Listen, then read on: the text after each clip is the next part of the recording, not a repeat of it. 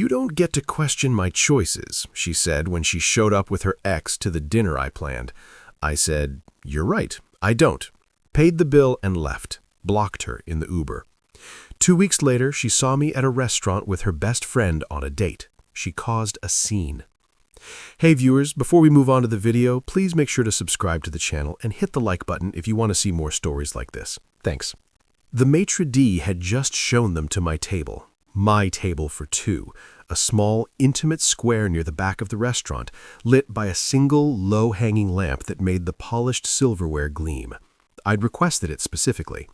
Now, Qley sat in the chair I'd been picturing her in for a month, smiling up at me with a look I couldn't quite parse, and Mark's hand was resting on the back of her chair.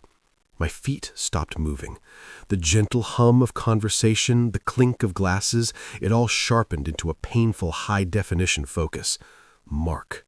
Her ex, the one with the motorcycle and the condescending stories about his artisan coffee import business. The one she'd assured me 6 months ago was completely out of the picture. "Baby, he's so toxic." "Alex, there you are," Qley said, her voice bright and performative. "Look who I ran into outside. Small world, right?" Mark gave me a slow once-over, his lips curling into a smile that didn't reach his eyes. "Hey man, hope you don't mind the intrusion." Qley said it was a casual thing. My brain was a buffering wheel spinning, failing to load the appropriate response. This wasn't the script. The script was I'd arrive first, nervous, she'd walk in looking stunning in the little black dress I knew she'd wear, we'd toast 3 years, I'd give her the pearl earrings currently burning a hole in my jacket pocket, a modest splurge for the woman who'd told me just last month that she was finally ready to move in together. I'd spent 3 weeks planning this. Bistro Lumiere. The name alone had made her swoon when she tagged it in an Instagram story. "A place for real promises," the caption had read. I'd saved, called exactly 30 days out at 9 a.m. and secured the reservation like it was a military objective. I'd even confirmed with her this morning, 7 o'clock, dress fancy, it's a surprise, but you'll love it. She sent back a heart emoji. And now Mark was pulling out the second chair, my chair, and settling into it with the ease of a regular.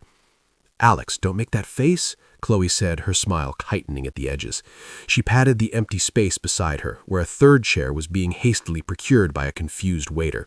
"Sit down. Mark's in town unexpectedly and he had nowhere to go. Be nice."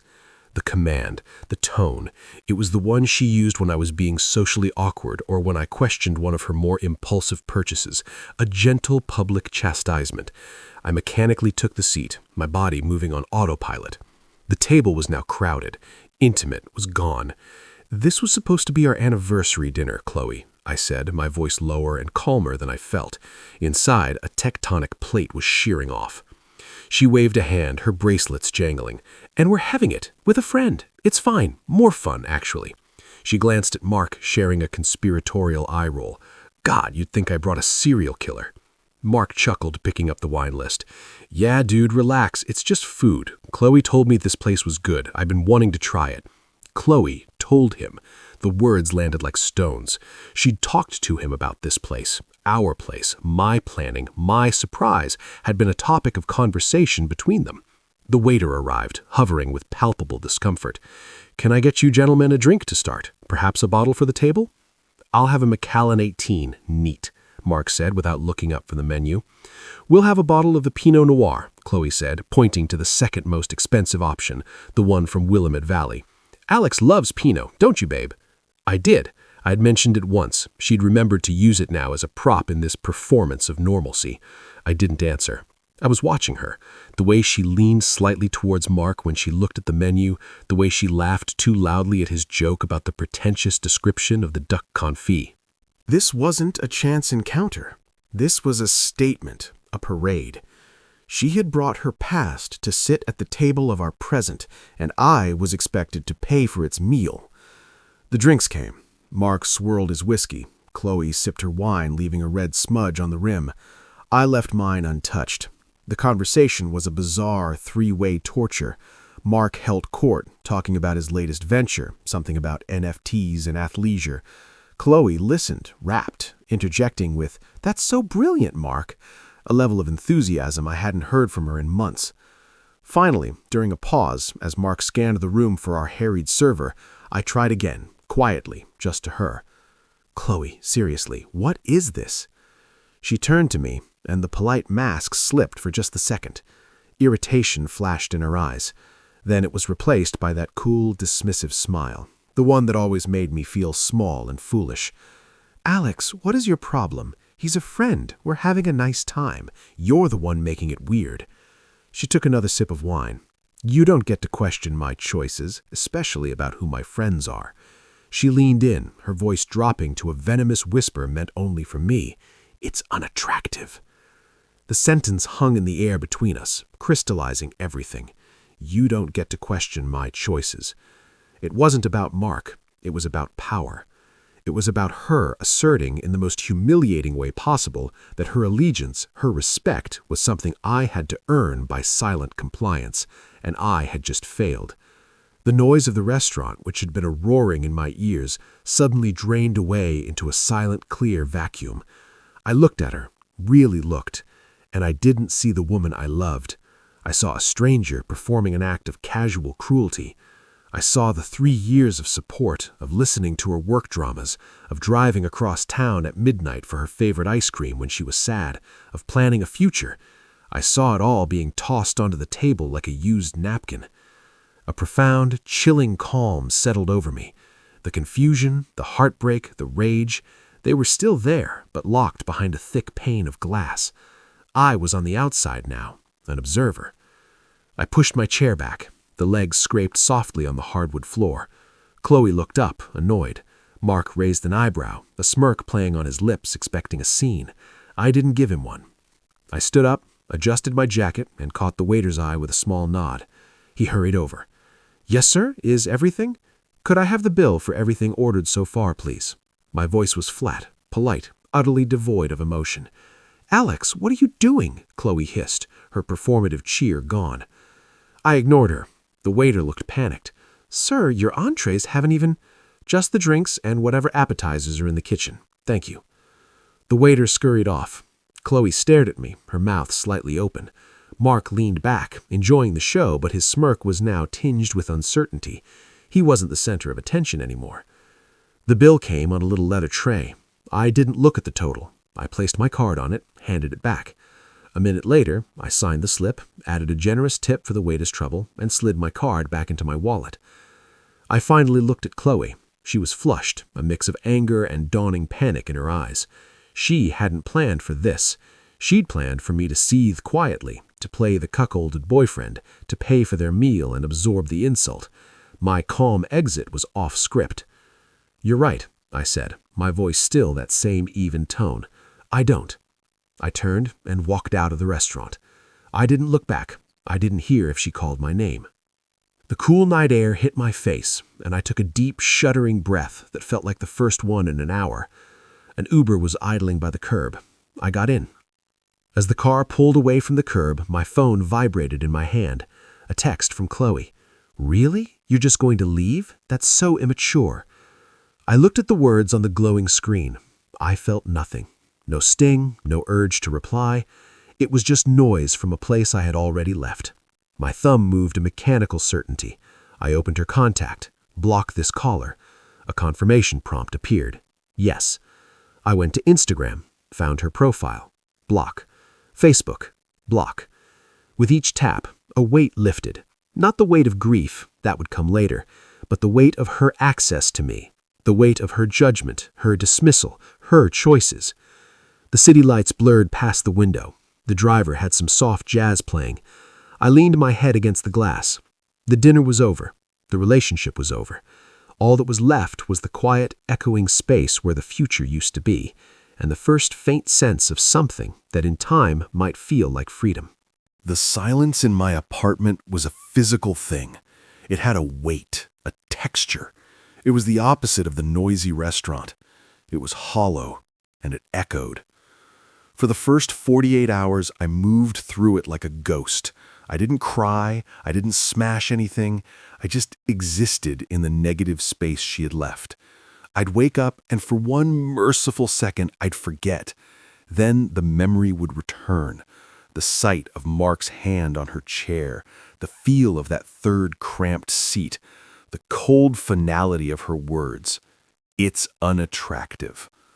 A hot, sick shame would wash over me, followed by a rage so pure it made my teeth ache.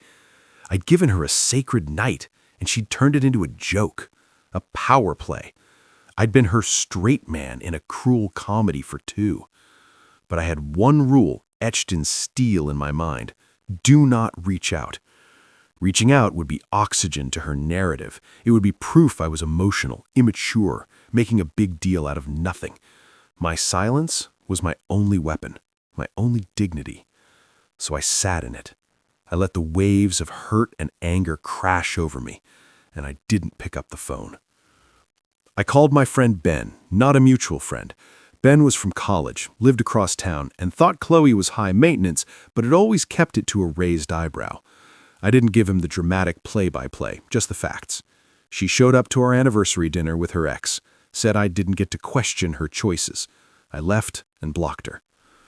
Ben was silent for a long moment on the other end, then a low whistle. Jesus, Alex, that's calculated. You okay? No, I said honestly, but I will be. Just needed someone to know. He didn't offer platitudes. He said, come lift weights tomorrow at 7. Grunt at things. It helps. I went. I grunted. The physical exhaustion was a cleaner pain than the mental spiraling. I threw myself into work, taking on a complex data analysis project that required total focus. I cleaned my apartment until it shone, purging it of any trace of her: a forgotten hair tie on the nightstand, a half-empty bottle of her favorite conditioner in the shower. Each item felt like disarming a bomb. I placed them in a grocery bag and put it in the storage locker downstairs. Out of sight, but not yet out of mind. The grief was there, but it wasn't for her. Not the her who sat across from me at Bistro Lumiere. It was for the idea of her. The woman who used to curl into my side on the couch and tell me about her dreams. The one who'd cried when I nursed her through the flu. I missed that Qley with a ferocity that was terrifying. And then I'd remember her cold smile, and the miss would curdle into a deep, profound sense of stupidity. How had I not seen this capacity in her? Day 3. My phone buzzed with a notification, a text from an unknown number. The preview lit up my lock screen. Unknown number. Are you seriously still sulking? It was just dinner. You overreacted. We need to talk. My heart hammered once, a dull, painful thud. Not from hope, but from the violation. She'd gotten a new number. The tone was vintage Qley, dismissive, minimizing, the blame neatly placed at my feet. Sulking, overreacted. I didn't open it. I swiped the notification away, went into my phone settings, and blocked the new number. The action was becoming familiar. A strange, sick part of me had almost been waiting for it. This was her script. I was supposed to be begging for an explanation by now. My silence was forcing her to write new lines, and she didn't like it. Day 5. Another new number. This one came in the evening. Unknown number. Mark's gone, back to whatever city he's failing in this month. Can we talk? This is childish, Alex. You're throwing away 3 years over a misunderstanding. Childish? The word was a sparked tinder. I felt the heat in my cheeks. She'd brought a grenade to our relationship, pulled the pin, and now calling me childish for not wanting to hold the shrapnel. And the detail about Mark being gone? It wasn't an apology. It was inventory. The toy I used to hurt you is put away now, so stop crying. I blocked this number too, my thumb hitting the button with more force than necessary. Misunderstanding. Right. I understood perfectly. Day 7. I was making coffee when my landline rang. I almost never used it, only telemarketers and family. I picked it up. Hello? A pause. Then her voice, strained and oddly formal. Alex, it's me. I said nothing. I just listened to the silence on the line, the faint sound of her breathing. Look, she continued, rushing, I'm calling to say I'm sorry, okay? I'm sorry if you got the wrong idea. It wasn't what you thought. Mark was he was in a bad place. I was being a friend, "You're being really unfair, cutting me off like this. We need to discuss this like adults. Call me back." The message hung there, a masterpiece of non-apology. "I'm sorry if you got the wrong idea." Not, "I'm sorry I deliberately humiliated you." It wasn't what you thought, it was exactly what I thought. You're being really unfair. The ultimate reversal. The victim casting herself as the wronged party. I placed the handset back in its cradle without a word. I didn't slam it, I just set it down. Then I walked over, unplugged the phone from the wall, and coiled the cord. I put it in a drawer. The silence returned, deeper now. Day 10. My personal cell rang. The screen showed Sarah, Qley's best friend, the architect of countless girls' nights, the sympathetic ear when we had fights, the one who told me last Christmas, "You're so good for her, Alex. She's lucky to have you." My first instinct was to ignore it, but a colder, more curious part of me wondered what the talking points would be. I answered, "Alex?" "Hey." Sarah's voice was all contrite warmth. How are you holding up?" "I'm fine, Sarah. What can I do for you?" I kept my tone neutral, polite, the tone you'd use with a client's assistant. She sighed, a performative, weary sound. "Look, I'll get right to it. Qley's a mess, like a total wreck. She feels awful." I waited. "She knows she messed up. That thing with Mark, it was a huge misunderstanding. He manipulated the situation. You know how he is. She was just trying to be nice, and it backfired. She just wants to see you, to apologize properly face to face. This silence is killing her." I looked out my window at the city skyline. The sun was setting. "Sarah, I appreciate you calling. I do. But there's no misunderstanding. To clarify, she made a choice to bring another man to a private anniversary dinner I planned for us. She chose to speak to me with contempt when I was hurt. The relationship is over. I prefer not to discuss it further." The line was quiet for a beat. My calm, unbroken delivery had thrown her. She was expecting anger or grief or at least an argument. She wasn't prepared for a simple statement of fact. "But you guys were so good together. 3 years, Alex. Don't you miss her? Don't you love her anymore?" This was the core of it, the emotional blackmail, the idea that love meant tolerating boundless disrespect. I felt a sudden clear pity for Sarah. She lived in Qley's orbit, where this logic probably made sense. "I missed the person I thought she was," I said, my voice still even. "I don't know the person who did that, and that's the person I'd be talking to now. So no, I'm not interested. Please don't call me again to mediate." "But Alex, wait." "Goodbye, Sarah." I ended the call. I didn't block her number, not yet, but I placed the phone back on the table. The evening stretched before me, quiet and mine. The first wave of her assault, the dismissive texts, the pleading voicemail, the flying monkey envoy had broken against a wall of simple, unresponsive silence. She was still talking, still performing, but I was no longer in the theater. I had left the theater. The pain was still a dull ache, a phantom limb, but it was mine now. It wasn't something she could poke and prod for a reaction. I sat in the quiet, and for the first time it didn't feel hollow. It felt like peace, fragile and earned, and I was determined to protect it. The silence became a habit, then a preference. The world, which had narrowed to the pinpoint agony of that dinner table, began, slowly, stubbornly, to widen again. I didn't heal in a straight line. Some mornings the anger was a cold stone in my gut. Others, a hollow sadness would catch me off guard in the cereal aisle. But I was moving. Ben's gym sessions became a ritual. The data project at work was a labyrinth I could get lost in, and my boss noticed, praising my focus. I'd built a fragile, quiet life in the ruins. A week after the call with Sarah, Ben and I were finishing a set of deadlifts when he wiped his face with a towel and said casually, "Heard a thing from Katie, who works with Qley's cousin." I braced, setting the bar down. "Yeah?" Turns out Prince Charming Mark was literally couch surfing. Convinced Qley to let him crash at her place for a couple nights after your incident. Lasted 4, borrowed $300 for a business opportunity, then ghosted. Phone disconnected, socials gone. I leaned against the rack. I felt no schadenfreude, just a weary validation. He hadn't wanted her. He'd wanted a soft place to land and some walking around money. She'd traded 3 years of stability for a grift. The kicker, Ben continued, watching my reaction, is that Qley's telling people you abandoned her in her time of need, that you were looking for an excuse to bail and use the dinner thing as your out. She's playing the victim hard. That finally sparked something. Not anger, but a profound disgust. The sheer audacity of the rewrite. She was erasing her own cruelty and painting my dignified exit as a coward's flight. My silence, which had been my shield, was being used as a weapon against me in the court of mutual acquaintances. "Let her talk," I said, my voice flat. "The people who matter will see it." Ben nodded, respecting my stance. But I knew the score. Reputations are fragile. Hers was now a project, and she was working overtime. 2 days later, my phone buzzed with a text. "Sarah."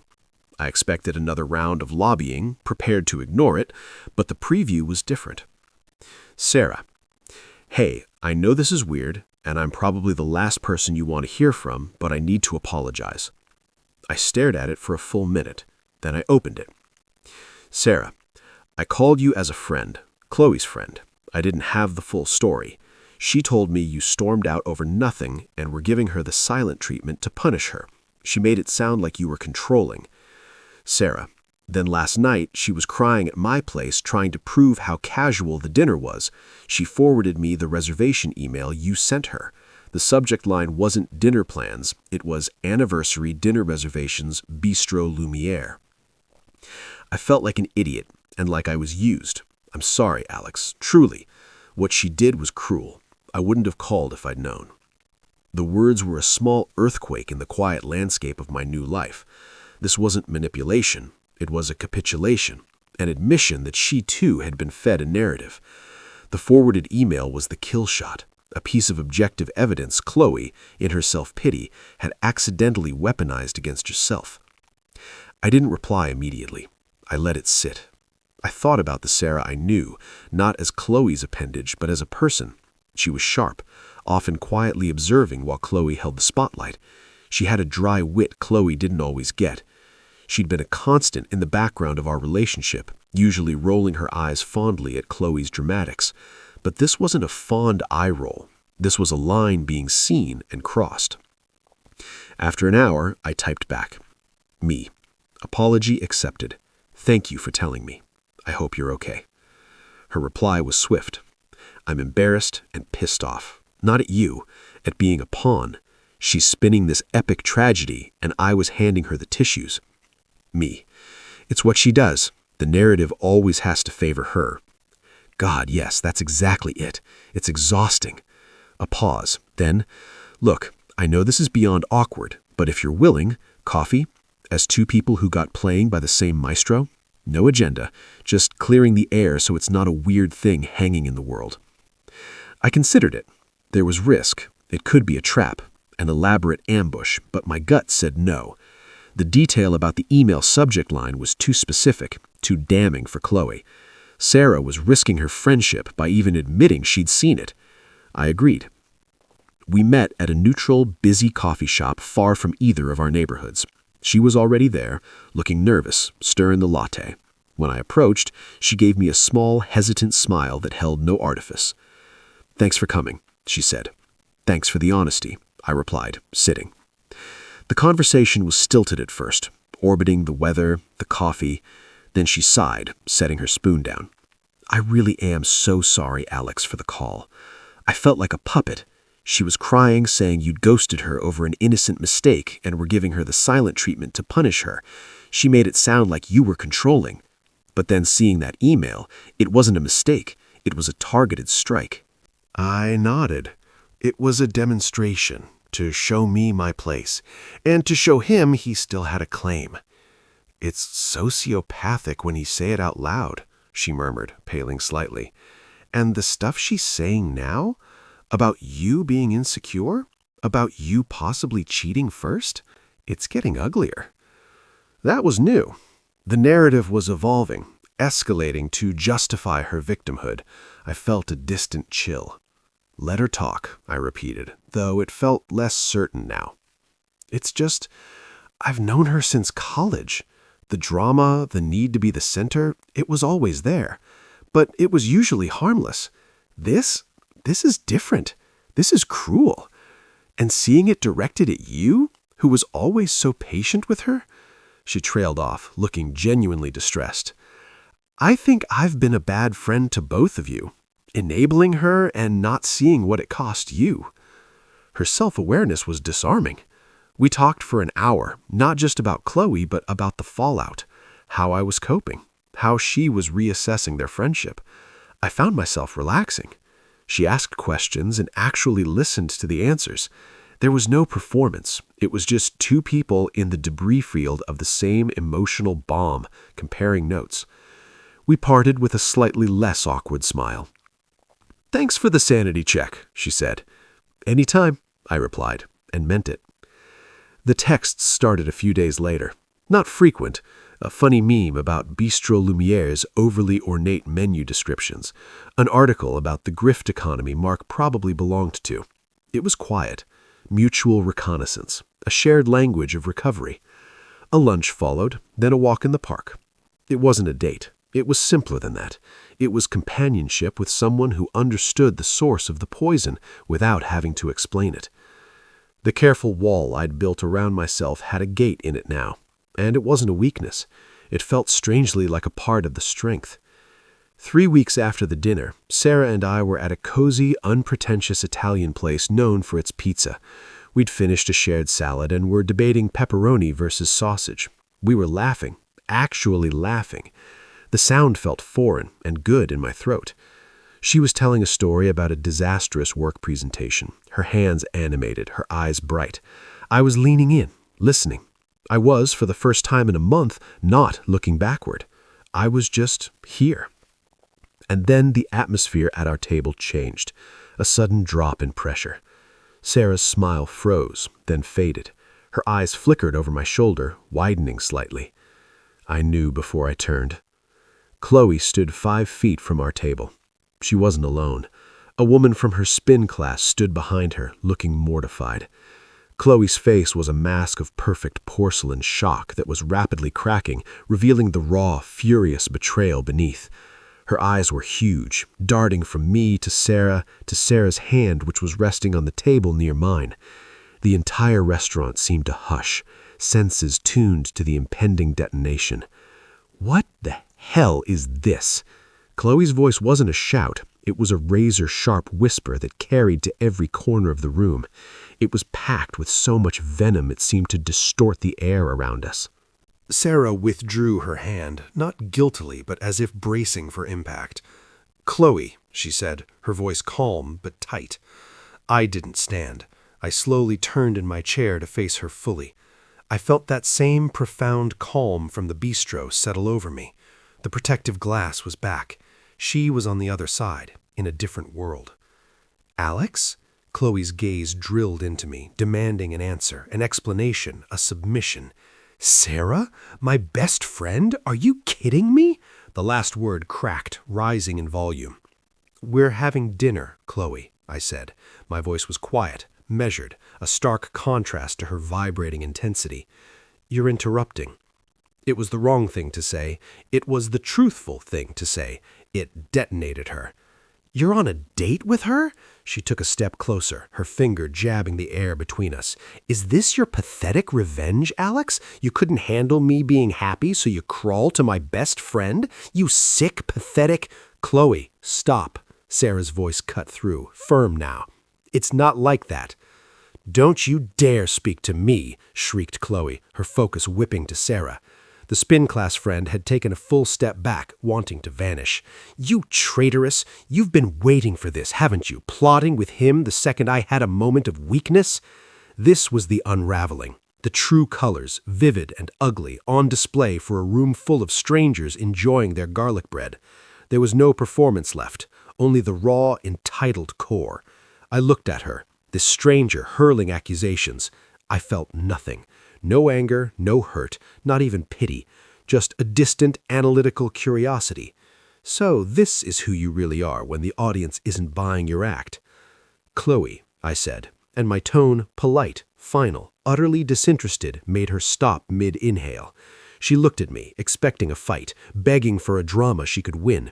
I gave her nothing. This isn't about you, I continued, as if explaining a simple concept to a child. Sarah and I connected after you ended our relationship. We're having dinner. Please don't interrupt it. The reframing landed like a hammer. After you ended our relationship. I wasn't the one who'd walked out. I just believed her when she showed me the door. Her face contorted. I ended it? You walked out. You abandoned me over nothing. I held her gaze. The silence stretched. The entire restaurant was holding its breath. I showed you exactly who you were, I said, each word clear and cold. I believed you. Now you're making a scene. This is why we don't talk. I saw it hit her. The realization that my calm wasn't a tactic. It wasn't stoicism. It was indifference. I wasn't withholding attention to punish her. I had simply revoked her access to my attention permanently. She was a stranger causing a disturbance. Her breath came in ragged gasps. The fury morphed into something desperate, panicked. She looked at Sarah, then back at me, searching for a handhold in the cliff face of our apathy. She found none. You can't do this, she wailed, the last vestige of control gone. After everything we had, you're betraying me with her? You're both monsters! A busboy had frozen nearby, trays in hand. A manager in a dark suit was now moving purposefully from the host stand, his expression stern. I turned away from her. I looked at Sarah. The transformation in my demeanor was absolute. The cold, flat affect I'd shown Qley melted away, replaced by a look of simple, warm concern. My voice, when I spoke to Sarah, was soft, entirely different. "You okay?" I asked. "We can go if you want." It was the final perfect dagger. The shift in tone from discussing a nuisance to speaking to someone who mattered was more devastating than any insult. It categorically placed Qley outside the sphere of things that could affect me. Sarah, pale but composed, nodded. "Yeah, let's go." I stood up, deliberately, not looking at Qley. I pulled out my wallet, threw a generous stack of cash onto the table, enough to cover the bill and the uneaten pizza. I helped Sarah with her jacket, my hand briefly, reassuringly on her shoulder. Qley stood there, utterly deflated, watching the choreography of our exit. The manager had reached her. "Ma'am, I'm going to have to ask you to lower your voice or leave." We walked past her. I didn't look back. I held the door open for Sarah, and we stepped out into the cool, clean night. Outside, Sarah let out a long, trembling breath. She wrapped her arms around herself. "Oh my God, I'm so sorry, Alex. I've never seen her like that. It was like watching a possession." I turned to her. The adrenaline was a faint buzz, but the calm was deeper, solid. "Don't apologize. You didn't do anything wrong. I meant it. Are you okay? That was intense." She gave a shaky laugh. "I will be. I just lost my appetite for fancy Italian." A genuine smile touched my lips. "Me too. Come on." I nodded down the street, away from the restaurant, away from the echoing drama. "Let's get some real food. I know a great pizza place." She looked at me, really looked, and saw the absence of chaos in my eyes. She saw that I was already moving forward, that the scene behind us was just noise. She smiled back, a real one this time. "Yeah," she said, "that sounds perfect." I took her hand. It wasn't a dramatic gesture. It was simple, a point of contact in the quiet night. We started walking. Behind us, the muffled sound of the manager's firm voice in a single hysterical sob faded into the city's hum, becoming just another insignificant sound in the tapestry of a life I no longer lived. I didn't think about Qley. I didn't wonder what she'd do next. I thought about whether I wanted mushrooms on the pizza. I thought about the warmth of Sarah's hand in mine. I thought about the quiet peace of the last few weeks and how it wasn't an absence anymore, but something being built. The last thing I heard was the distant chime of the restaurant door closing, a full stop on a sentence that had ended for me a long, long time ago. Thanks for watching. Make sure to subscribe to the channel and hit the like button. What do you think about this story? Share it in the comments.